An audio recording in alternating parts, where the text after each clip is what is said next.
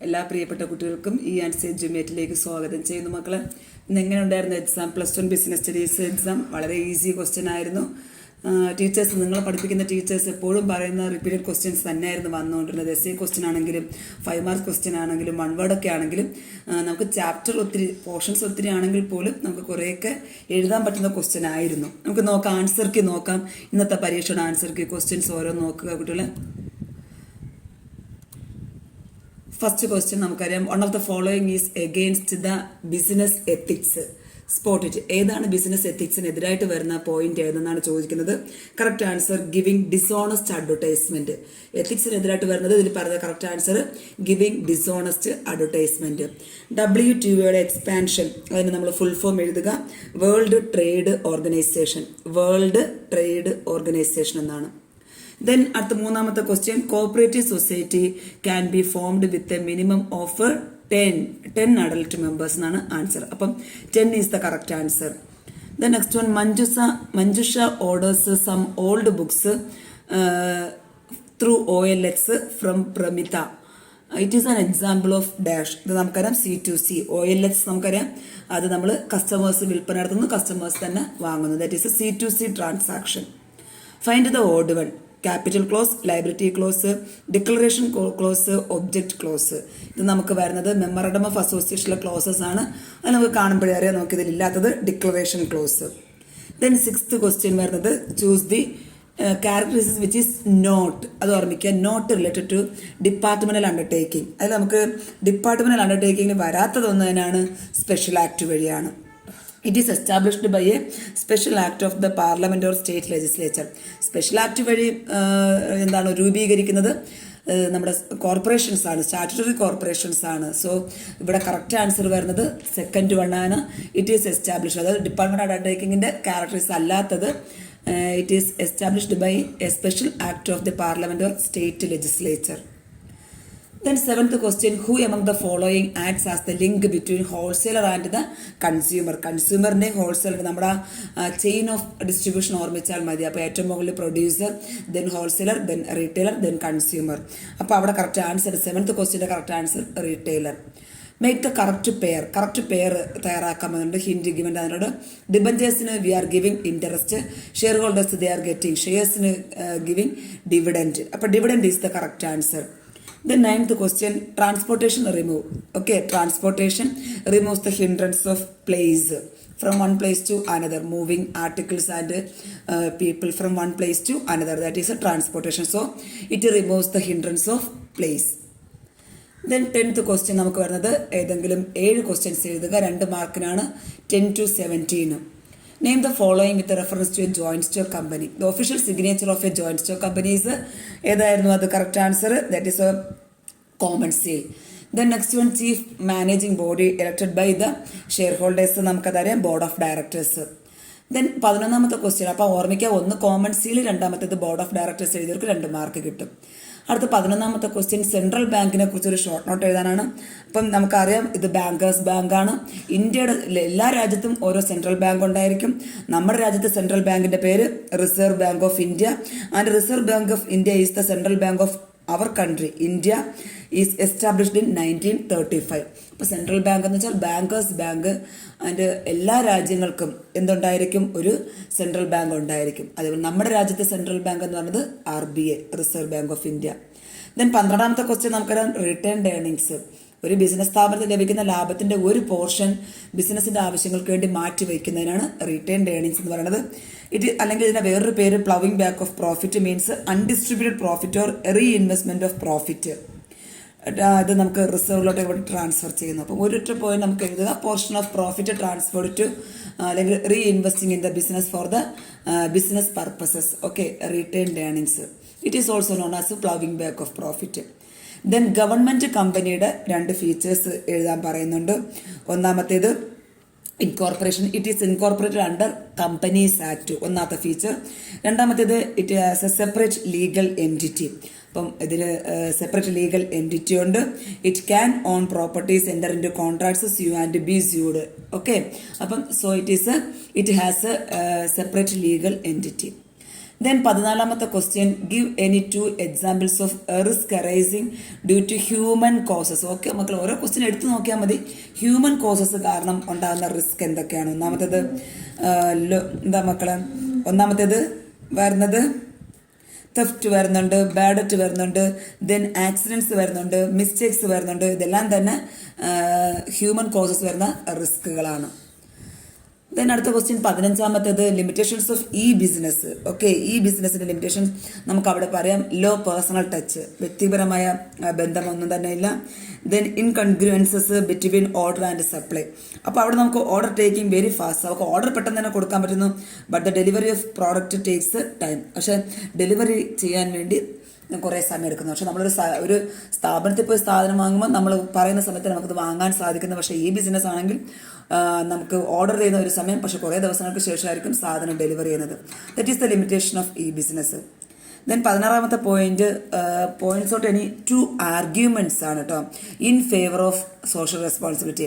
അപ്പം സാമൂഹിക ഉത്തരവാദിത്വം, ബിസിനസിന്റെ സാമൂഹിക ഉത്തരവാദിത്തത്തിനെ അനുകൂലിക്കുന്ന 2 പോയിന്റ് പറയുന്നുണ്ട്. ഒന്നാമത്തേത്, existence and growth, prosperity and growth of business is possible only through rendering continuous service to society. രണ്ടാമത്തെ point, long term interest of firm. A firm and its image stands to gain more profits in long run and when it accepts service as the highest goal. These are the 2 എന്താണ് മക്കളെ arguments in favor of social responsibilities. ദെൻ അടുത്ത പോയിന്റ് വരുന്നത് എന്താണ് disinvestment എന്താണെന്ന് ചോദിക്കുന്നുണ്ട്. It means sale of equity shares of public sector undertakings to private സെക്ടറാണ്. അപ്പം ഒരു പൊതുമേഖലാ സ്ഥാപനത്തിന്റെ ഇക്വിറ്റി ഷെയർസ് സ്വകാര്യ മേഖലയിലേക്ക് വിൽപ്പന നടത്തുകയാണെങ്കിൽ അതിന് അല്ലെങ്കിൽ ഷെയർ ചെയ്താണെങ്കിൽ അതിന് പറഞ്ഞ പേരാണ് ഡിസ്ഇൻവെസ്റ്റ്മെന്റ് എന്ന് പറയുന്നത്. ഒരു പൊതുമേഖല പബ്ലിക് സെക്ടർ എന്റർപ്രൈസസ് പ്രൈവറ്റ് സെക്ടറിലേക്ക് ഷെയർ വിൽപ്പന നടത്തുകയാണെങ്കിൽ. ദെൻ അടുത്ത ക്വസ്റ്റ്യൻ 18ാമത്തെ ക്വസ്റ്റ്യൻ എന്താ പറയുന്നത്, public sector enterprises are organised in 3 different forms. Okay, പ്രധാനമായിട്ട് 3 ഡിഫറെൻറ്റ് ഫോംസ് വരുന്നുണ്ട് മക്കളെ. ഏതൊക്കെയാണെന്ന് നിങ്ങൾക്ക് അറിയാം. ഒന്നാമത്തേത് ഡിപ്പാർട്ട്മെന്റൽ അണ്ടർടേക്കിംഗ്, രണ്ടാമത്തേത് സ്റ്റാറ്റ്യൂട്ടറി കോർപ്പറേഷൻ, മൂന്നാമത്തേത് ഗവൺമെന്റ് കമ്പനി. ദെൻ അടുത്ത 19ാമത്തെ ക്വസ്റ്റ്യൻ പറയുന്നത്, classify the following items as owners fund and borrowed fund. Owners ഫണ്ടും ബോറോഡ് ഫണ്ടോട്ട് നമുക്ക് തരംതിരിക്കണം. അതിൽ ഒന്നാമത്തേത് ഓണേഴ്സ് ഫണ്ട് വരുന്നത് ഇക്വിറ്റി ഷെയർസും റിട്ടേൺഡ് ഏർണിങ്സുമാണ്. ബാക്കി എല്ലാം തന്നെ ബോറോഡ് ഫണ്ടാണ്. ലീസ് ഫിനാൻസിങ് ആയിക്കോട്ടെ, ഡിബഞ്ചേഴ്സ് ആയിക്കോട്ടെ, പബ്ലിക് ഡെപ്പോസിറ്റ് ആയിക്കോട്ടെ, കൊമേഴ്ഷ്യൽ പേപ്പർ ആയിക്കോട്ടെ, ഇത് ബാക്കിയുള്ള 4 ഇക്വിറ്റി ഷെയർസും റിട്ടേൺഡ് ഏർണിങ്സ് ഒഴികെ ബാക്കിയുള്ളതെല്ലാം തന്നെ ബോറോഡ് ഫണ്ടാണ്. Okay, complete the following diagram and explain the missing items. Missing item ഏതാണ് നമുക്ക് നോക്കാം. അതിൽ ഒന്നാമത്തേത് technical feasibility and financial feasibility. Okay, these are നമുക്ക് സ്റ്റഡി നടത്തുകയാണ്, ബിസിനസ് സ്ഥാപനം എവിടെ തുടങ്ങണം. അപ്പോൾ പ്രൊമോട്ടറുടെ സ്റ്റഡീസ് ആണ്. അതിൽ ഒന്നാമത്തേത് ടെക്നിക്കൽ ഫീസിബിലിറ്റി, രണ്ടാമത്തേത് financial feasibility. Then next question 21ാമത്തെ ക്വസ്റ്റ്യൻ, 3 benefits of e-banking. ഇ-ബാങ്കിങ്ങിന്റെ ബെനിഫിറ്റ്സ് ഒന്നത് എനി ടൈം സർവീസ്. ഓക്കെ, 24/7 ആണ് any time services. Then anywhere banking and anywhere at home ആയിക്കോട്ടെ. ഒരു മൊബൈൽ ഫോൺ ഉണ്ടെങ്കിൽ നമുക്ക് അവിടെ നിന്ന് ബാങ്കിങ് ട്രാൻസാക്ഷൻസ് നടത്താനായിട്ട് സാധിക്കും. ദെൻ ഫിനാൻഷ്യൽ ഡിസിപ്ലിൻ, നമുക്ക് എത്ര രൂപ ബാലൻസ് ഉണ്ടെന്ന് അറിയാം, അതനുസരിച്ച് എന്തുമാത്രം ചിലവാക്കണം. സോ നമുക്ക് ഒരു ഫിനാൻഷ്യൽ അച്ചടക്കം, സാമ്പത്തിക അച്ചടക്കം ഉണ്ടാകുന്നുണ്ട്. Then less risk and greater security, risk കുറവാണ്, സെക്യൂർഡും ആണ്. Then work load on branches reduces. അപ്പോൾ ഇങ്ങനെ ഇ ബാങ്കിങ് ഉള്ളത് കൊണ്ട് തന്നെ ബാങ്കിങ് സ്ഥാപനത്തിലെ എംപ്ലോയീസിൻ്റെ വർക്ക് ലോഡ്, ജോലി ഭാരം കുറയുന്നുണ്ട്. ദെൻ 22ാമത്തെ ക്വസ്റ്റ്യൻ നമുക്ക് അറിയാവുന്നതാണ്, ഫിക്സഡ് ക്യാപിറ്റലും വർക്കിംഗ് ക്യാപിറ്റലും തമ്മിലുള്ള ഡിഫറൻസസ്. ഒന്നാമത്തെ ഫിക്സഡ് ക്യാപിറ്റൽ നമുക്കറിയാം, ഫിക്സഡ് അസറ്റ് വാങ്ങാൻ വേണ്ടി ഉപയോഗിക്കുന്ന ക്യാപിറ്റലാണ് ഫിക്സഡ് ക്യാപിറ്റൽ. ദെൻ രണ്ടാമത്തത് for the use of day to day working of business. Then fixed capital is long term in nature, working capital short term in nature. Then അടുത്തത് fixed capital strategic objective ആണ്, മറ്റേതാണെങ്കിൽ operational objectives ആണ്. Okay, അപ്പം നമുക്ക് 3 point fixed ക്യാപിറ്റലിൻ്റെ working ക്യാപിറ്റലിൻ്റെ. അടുത്തത് 23ാമത്തെ question, outline 3 features of itinerant retailers. നടന്നുകൊണ്ട് പല സ്ഥലങ്ങളിൽ യാത്ര ചെയ്തുകൊണ്ട് വിൽപ്പന നടത്തുന്നതാണ് ഇറ്റിനറന്റ് റീറ്റെയിലേഴ്സ്. അവരുടെ 3 ക്യാരക്ടറിസ്റ്റിക്സ് ഏതെങ്കിലും എഴുതുക. അത് നമുക്കറിയാം. ഒന്നാമത്തത് സ്മോൾ സ്കെയിൽ ഓപ്പറേഷനാണ് അവരുടേത്, ചെറുകിട സംരംഭമാണ്. രണ്ടാമത്തത് കൺസ്യൂമർ പ്രോഡക്ട്സ്, ഉപഭോക്തൃ ഉൽപ്പന്നങ്ങളാണ്. നമ്മൾ ഡെയിലി ഉപയോഗിക്കുന്ന ഡെയിലി പ്രോഡക്ട്സ് ആണ് അവർ വിൽപ്പന നടത്തുന്നത്. ദെൻ ഡോർ സ്റ്റെപ്പ് സർവീസ്, നമ്മുടെ വീട് വരാന്തയിലും വന്ന് നമ്മുടെ വാതിൽപ്പടിയിൽ വന്ന് അവർ സാധനങ്ങൾ വിൽപ്പന നടത്തുന്നുണ്ട്. ലിമിറ്റഡ് സ്റ്റോക്കാണ്. സ്റ്റോക്ക് വളരെയധികം, കാരണം ഓരോ സ്ഥലത്ത് യാത്ര ചെയ്ത് പോകുന്നതുകൊണ്ട് തന്നെ അവർക്ക് സ്റ്റോക്ക് വളരെ കുറവായിരിക്കും. Then mention any 3 transactions risk involve in online transaction risk ആണ് ചോദിച്ചിരിക്കുന്നത്. അത് നമുക്കറിയാം.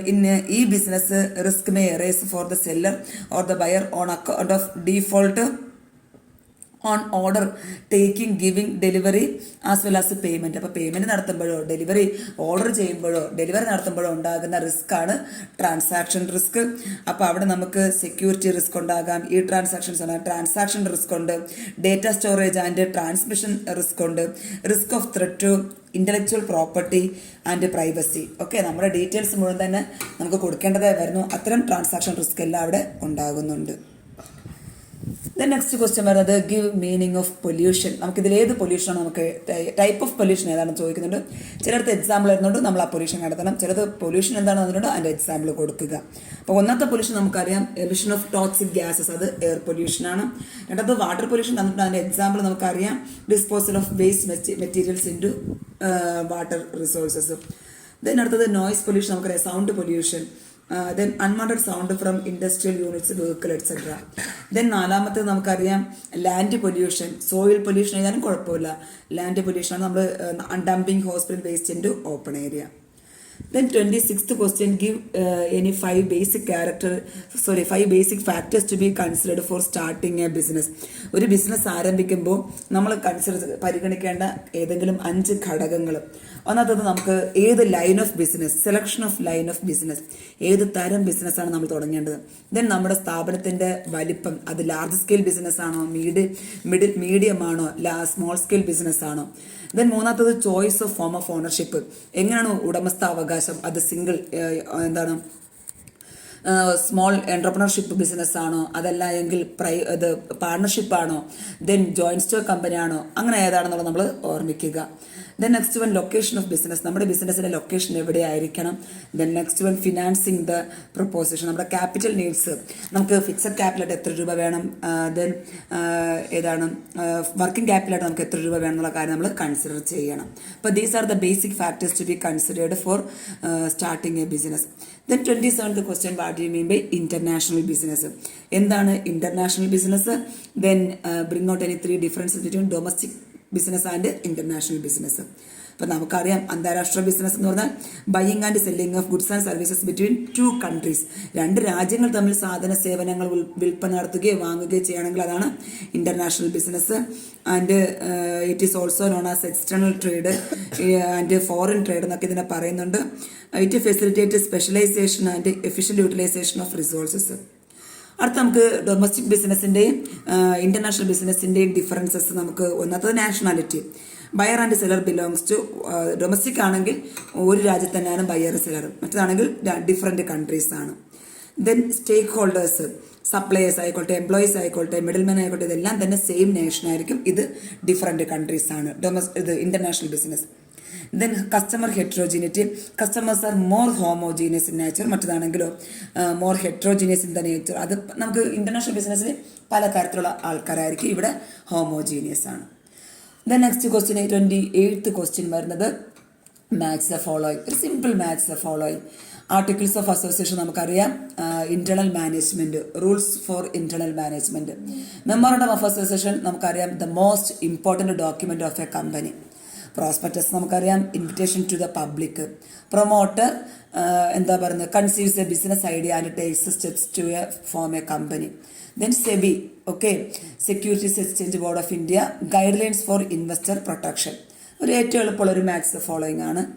Explain any 5 features of sole proprietorship business. ഏകാന്ത ബിസിനസ് സ്ഥാപനത്തിൻ്റെ മക്കളെ ഫീച്ചേഴ്സ്. ഒന്ന്, ഫോർമേഷൻ ആൻഡ് ക്ലോഷർ വെരി ഈസിയാണ്. നമുക്കറിയാം ഓപ്പൺ ചെയ്യാനും തുറക്കാനും ബിസിനസ് സ്ഥാപനം ആരംഭിക്കാനും അവസാനിക്കാനും എളുപ്പമാണ്. ലയബിലിറ്റി അൺലിമിറ്റഡ് ലയബിലിറ്റിയാണ്. ഓക്കെ, ഓർമ്മിക്കുക, അൺലിമിറ്റഡ് ആണ്. Then sole risk bearer and profit recipient. അയാൾ ഒറ്റയ്ക്കാണ് എല്ലാ കാര്യങ്ങളുടെയും എല്ലാ റിസ്ക് മുഴുവൻ അദ്ദേഹം ഒറ്റയ്ക്ക് വഹിക്കണം. അതേപോലെ തന്നെ ബിസിനസ് സ്ഥാപനത്തിൽ ഉണ്ടാകുന്ന എല്ലാ ലാഭവും അദ്ദേഹത്തിന് ഒറ്റയ്ക്ക് എടുക്കാം. കംപ്ലീറ്റ് കൺട്രോളും ഓണ്ടർപ്രണറിനായിരിക്കും. ദെൻ നോ സെപ്പറേറ്റ് എൻറ്റിറ്റി, അദ്ദേഹത്തിന് സെപ്പറേറ്റ് ലീഗൽ എൻറ്റിറ്റി ഒന്നും തന്നെ ഇല്ല. Then lack of business continuity, നമുക്കറിയാം കണ്ടിന്യൂറ്റി വളരെ ദീർഘകാലം നിലനിൽക്കണമെന്ന് ഇല്ല, കണ്ടിന്യൂറ്റി വളരെ കുറവായിരിക്കും. ദെൻ അടുത്തത് പ്രോബ്ലംസ് ഓഫ് സ്മോൾ ബിസിനസ്.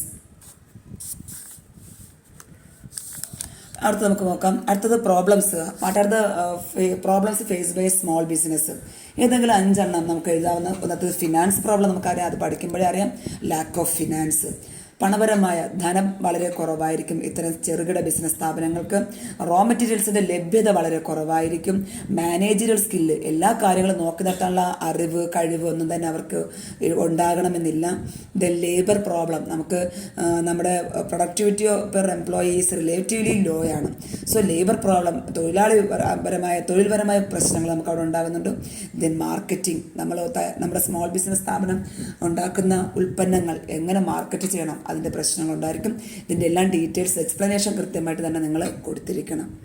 അടുത്ത നമുക്ക് എസ് എ വരുന്നതാണ്. Any 2 from 31 to 33. 2 എസ് എഴുതുക മക്കളെ. ഒന്നാമത്തെ നമുക്കറിയാം ഇൻഷുറൻസ്, അത് എല്ലാ ടീച്ചേഴ്സ് ഏതൊരു ബിസിനസ് സ്റ്റഡീസ് ടീച്ചർ പറഞ്ഞിട്ടുണ്ടാകും. പ്രിൻസിപ്പിൾസ് ഓഫ് ഇൻഷുറൻസ് ഉറപ്പായിട്ടും ചോദിക്കും എന്നുള്ളത്. അപ്പോൾ അത് നമുക്കറിയാം. ഒന്നാമത്തേത് എന്താണ് principles of insurance? Utmost good faith ഉണ്ട്, insurable interest, indemnity, cause of proxima, subrogation, contribution, mitigation of loss and ഓരോ പോയിന്റ് നമ്മൾ എക്സ്പ്ലെയിൻ ചെയ്യുക. ദെൻ ഇവിടെ നമ്മൾ ഇൻഷുറൻസ് നമുക്ക് എന്താണെന്ന് അറിയാം. അതൊരു കോൺട്രാക്ട് ഇൻ റൈറ്റിംഗ് എന്താണ്, one party called insurer agrees to pay consideration of either single or periodical payment called premium in indemnify another person called insured against loss or damage resulting on the happening of specified event or events. അപ്പോൾ അതിനുശേഷം നമ്മൾ അതിൻ്റെ ഇൻഷുറൻസിൻ്റെ principles എഴുതി കൊടുക്കാം. Then അടുത്തത് 32 partnership business. Partnership business എന്താണ്, അതിൻ്റെ 4 അഡ്വാൻറ്റേജസും ലിമിറ്റേഷൻസും ചോദിച്ചിട്ടുണ്ട്. അത് നമുക്കറിയാം. പാർട്ണർഷിപ്പ് എന്ന് പറഞ്ഞാൽ 2 അതിലധികം ആൾക്കാർ ഒരു എഗ്രിമെൻറ്റ്, അത് ഓറലായോ റിട്ടേണായോ എഗ്രിമെൻറ്റ് തയ്യാറാക്കുന്നു. അവരതിന് ശേഷം ഒരു ബിസിനസ്, ലീഗൽ ബിസിനസ് ആരംഭിക്കുന്നു. ലാഭം പങ്കിടണം, എല്ലാറ്റിനും ഒരു എഗ്രിമെൻ്റ് അവിടെ ഉണ്ടായിരിക്കണം. ദെൻ അതിൻ്റെ ഈസി ഫോർമേഷൻ, അതിൻ്റെ ഗുണങ്ങൾ എന്ന് പറയുന്നത് ഒന്നാമത്തേത് ഈസി ഫോർമേഷനാണ്. ദെൻ ഡിസിഷൻ മേക്കിംഗ്, നമുക്ക് നല്ലൊരു ഡിസിഷൻ എടുക്കാൻ സാധിക്കും, കാണാം ഡിസ്കഷൻ ഉണ്ടാകുന്നുണ്ട്. Then fund, large amount of capital നമുക്ക് ലഭിക്കുന്നുണ്ട്. റിസ്ക് നമുക്ക് ഷെയർ ചെയ്യാൻ സാധിക്കും. അടുത്തത് പാർട്ണർഷിപ്പിൻ്റെ ലിമിറ്റേഷൻസ്, അൺലിമിറ്റഡ് ലയബിലിറ്റിയാണ്. റിസോഴ്സസ് വളരെ കുറവായിരിക്കും കമ്പനിയുമായി താരതമ്യം ചെയ്യുമ്പോൾ. ദെൻ കോൺഫ്ലിക്ട്സ്, രണ്ടുപേരോ അതിൽ കൂടുതലുള്ളതുകൊണ്ട് തന്നെ വഴക്കുണ്ടാകാൻ സാധ്യതയുണ്ട്. അടുത്തത് സർവീസ് ഓഫ് വെയർഹൗസസ്. വെയർഹൗസിൻ്റെ സർവീസസ് നമുക്കറിയാം, അത് ഹോൾസെയിലേഴ്സിനും കൊടുക്കുന്നുണ്ട്, റീറ്റെയിലേഴ്സിനും. അപ്പോൾ ഹോൾസെയിലേഴ്സിൻ്റെത് facilitating large scale production, bearing risk, financial assistance, expert advice. റീറ്റെയിലേഴ്സിന് കൊടുക്കുന്നത് availability of goods, marketing support, providing credit facilities, specialised knowledge. അപ്പോൾ ഇതെല്ലാം തന്നെ നമ്മൾ കൃത്യമായിട്ട് എക്സ്പ്ലനേഷൻ ചെയ്യണം. എളുപ്പമൊന്നുമായിരിക്കുന്നു. അടുത്ത് അക്കൗണ്ടൻസി പരീക്ഷ വരുന്നുണ്ട്. നന്നായിട്ട് എഴുതുക, നല്ലോണം പ്രിപ്പയർ ചെയ്യുക. ഈ ചാനൽ തന്നെ അക്കൗണ്ടൻസിലെ ഓരോ ചാപ്റ്ററിൻ്റെ റിവിഷൻ ഞാൻ കുറച്ച് മുമ്പൊക്കെ ചെയ്തിട്ടുണ്ട് മക്കളെ. പഴയ വീഡിയോസാണ് നോക്കിയാൽ നിങ്ങൾക്ക് കിട്ടും. നന്നായിട്ട് പഠിക്കുക. All the best.